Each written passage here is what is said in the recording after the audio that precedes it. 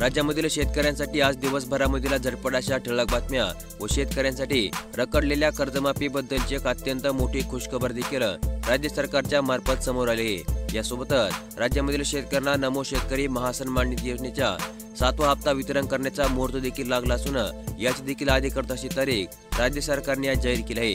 त्यामुळे तुम्हाला सर्व प्रकारच्या सर्व बातम्या एकाच ठिकाणी आज पाहायला मिळत असल्यामुळे तुम्हाला आजचा व्हिडिओ फक्त शेवटपर्यंत पाहायचा आहे आणि चॅनलवरती नवीन असाल तर लगेचच आपल्या चॅनलला सबस्क्राइब करून ठेवायचे आहे। राज्यामधील लाडक्या बहिणींसाठी एक अत्यंत महत्त्वपूर्ण अशी बातमी। 27 लाख अपात्र लाडक्या बहिणींची पडताळणी सुरू। अंगणवाडी सेविका घरोघरी जाऊन लाडक्या बहिणींची पडताळणी करतायत। पुढच्या टप्प्यामध्ये या निकषांची पडताळणी करून 50 लाख महिला अपात्र ठरतील अशा प्रकारची माहिती राज्य सरकारच्या महिला आणि बालविकास विभागाने जाहीर केली आहे। मुख्यमंत्री माझी लाडकी बहीण योजनेच्या पडताळणीनंतर राज्यामधील 42 लाखांवर महिला अपात्र ठरल्या आहेत आणि आता त्या सर्वांच्या याद्या प्रत्येक जिल्ह्यामध्ये पाठवून अंगणवाडी सेविकांच्या मार्फत त्यांची पडताळणी सुरू करण्यात आली आहे। नगरमधील 1.25 लाख लाडक्या बहिणींच्या खात्यांची पडताळणी सुरू करण्यात आली आहे। सरकारकडून यादी प्राप्त होतात शासनाच्या दुहेरी योजनांचा लाभ घेत असलेल्या महिलांचा संशय घेऊन राज्यामधील नगर जिल्ह्यामध्ये लाडक्या बहिणींची पडताळणी आता आजपासून सुरू देखील करण्यात आली आहे। शेतकऱ्यांसाठी कोणतीही किंमत मोजायला तयार पंतप्रधान मोदी यांचे आश्वासन। अमेरिकेच्या दबावापुढे झुकणार नसल्याची ग्वाही देत पंतप्रधान नरेंद्र मोदी यांनी शेतकऱ्यांसाठी कोणत्याही प्रकारची किंमत मोजायला तयार असल्याची घोषणा केली असून शेतकऱ्यांच्या हितांचे रक्षण करण्यासाठी केंद्रीय सरकार कटिबद्ध असल्याचे देखील आश्वासन दिले आहे। महाराष्ट्रामधील शेतकऱ्यांना तात्काळ खतांचा पुरवठा करा। खासदार डॉक्टर काळे यांच्या नेतृत्वाखाली दिल्ली येथे ठिय्या आंदोलन। महाराष्ट्र सरकारची 52 लाख टन खतांची मागणी होती, परंतु केंद्र सरकारने केवळ 48 लाख टन खतांचा कोटा मंजूर केला। त्यापैकी देखील 50 ते 60% खत पुरवठा केला असल्यामुळे बाजारामध्ये खतांची मागणी वाढली आहे, पण तरीही राज्य सरकारला खते देण्यामध्ये येत नाहीत। त्यामुळे शेतकऱ्यांना जादा दराने खते विकत घ्यावी लागत आहेत आणि अशा प्रकारची परिस्थिती केंद्र सरकार पुढे मांडली असल्याचे मत डॉक्टर कल्याण काळे खासदार जालना यांनी आज व्यक्त केले आहे। ओबीसींसाठी माझ्या कार्यकाळामध्ये मोठे 50 निर्णय घेतले। मुख्यमंत्री देवेंद्र फडणवीस यांची माहिती। ओबीसी महासंघाच्या राष्ट्रीय अधिवेशनाचे उद्घाटन करतेवेळी मुख्यमंत्री देवेंद्र फडणवीस यांनी ओबीसींसाठी माझ्या कार्यकाळामध्ये 50 मोठे निर्णय घेतले असल्याची माहिती आज दिली आहे।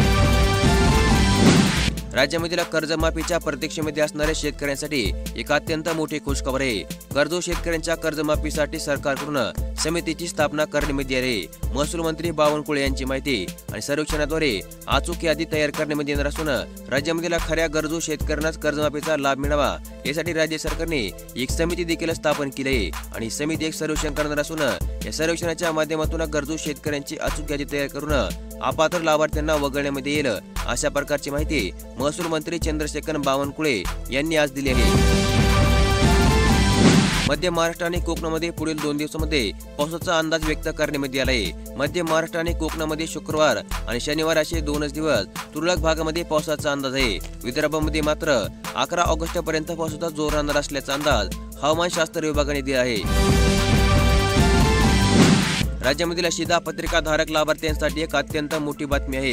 राज्यामधील तब्बल 3 लाख शिधापत्रिका धारकांचे धान्य आता एकाच वेळेस बंद करण्यात आले आहे। 6 महिन्याहून अधिक काळ धान्य न उचलल्याने हा निर्णय घेण्यात आली असल्याची माहिती सध्या राज्य सरकारच्या मार्फत देण्यात येत आहे।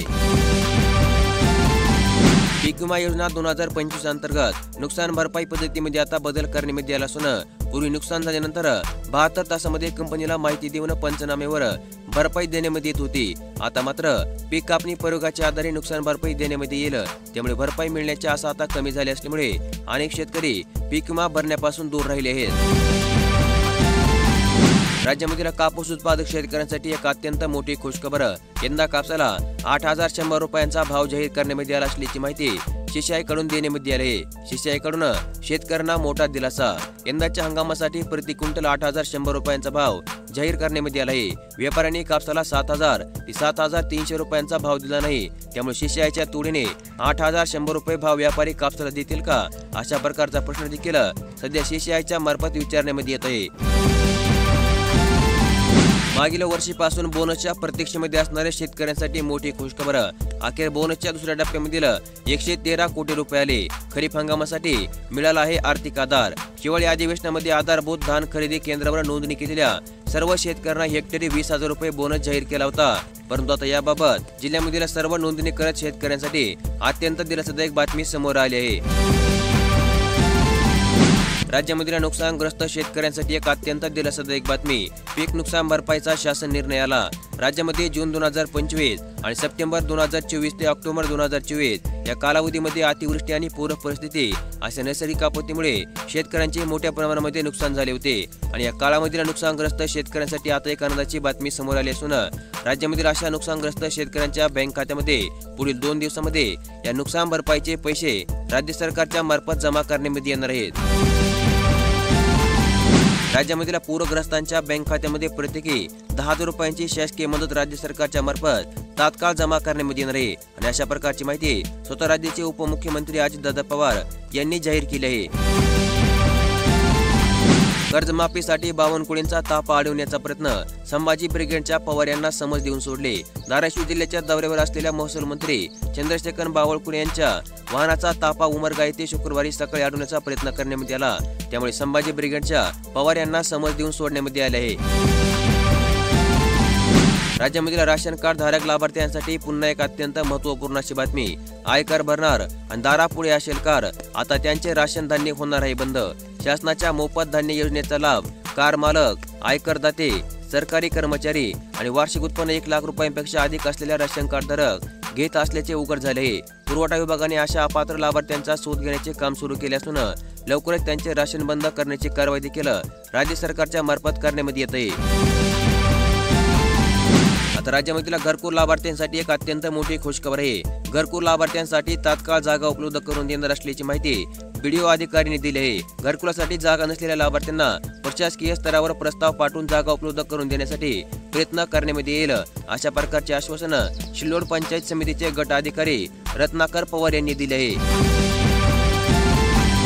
नवीन पीक विमा योजना 2025 अंतर्गत आता ई पीक पाणी करताना किती अंतरावरून फोटो घ्यावा लागणार आहे याची माहिती राज्य सरकारने जाहीर केली आहे। केंद्र सरकारच्या निर्देशानुसार राज्यामध्ये आता खरीपातील ई पीक पाणी अर्थात 7-12 उतार्यावरील पिकांची नोंदणी डिजिटल क्रॉप सर्व्हे ॲपद्वारे करण्याचा निर्णय भूमी अभिलेख विभागाने घेतला आहे। शेतकऱ्यांना 1 ऑगस्ट ते 14 सप्टेंबर या कालावधीमध्ये ही पीक पाणी करता येणार आहे आणि या ॲपच्या माध्यमातून पिकाची नोंदणी करताना शेतीच्या गट क्रमांकापासून 50 मीटरच्या आत पिकांचा फोटो घ्यावा लागणार असण्याची माहिती सध्या राज्य सरकारच्या मार्फत जाहीर करण्यात आली आहे।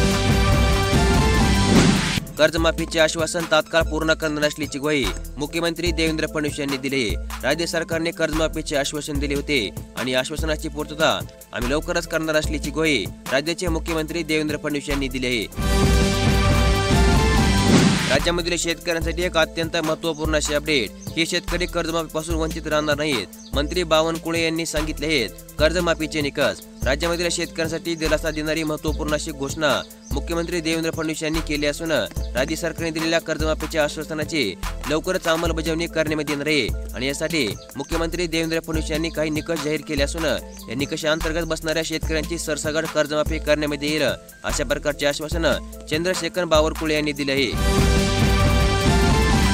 मराठवाड्यासह विदर्भामधील नुकसानग्रस्त शेतकऱ्यांना मोठा दिलासा मिळाला आहे। जिल्हानिहाय आर्थिक मदत जाहीर करण्यात आली असून राज्य सरकारने बाधित शेतकऱ्यांना मदत म्हणून 368 कोटी 86,85,000 रुपयांच्या आर्थिक मदतीला मंजुरी दिली आहे। मदत आणि पुनर्वसन मंत्री मकरंद जाधव यांनी याबद्दलची माहिती आज जाहीर केली आहे आणि मदत तात्काळ राज्यामधील पात्र शेतकऱ्यांच्या बँक खात्यामध्ये देखील जमा करण्यात येणार आहे।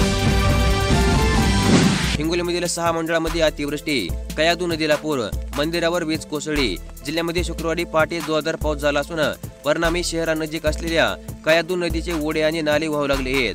कयाधू नदीला प्रथमच पूर आले असून जिल्ह्यामध्ये सध्या अतिवृष्टीचे संकेत पाहायला मिळत आहेत। तर मग अशा प्रकारे आज दिवसभरामधील झटपट अशा ठळक बातम्या आज आपण या व्हिडिओमध्ये पाहिल्या आणि अशाच प्रकारच्या दररोजच्या दररोज बातम्या पाहण्यासाठी कृपया लगेच आपले चॅनल सबस्क्राईब करून ठेवा। व्हिडिओ देखील लाईक करा। धन्यवाद।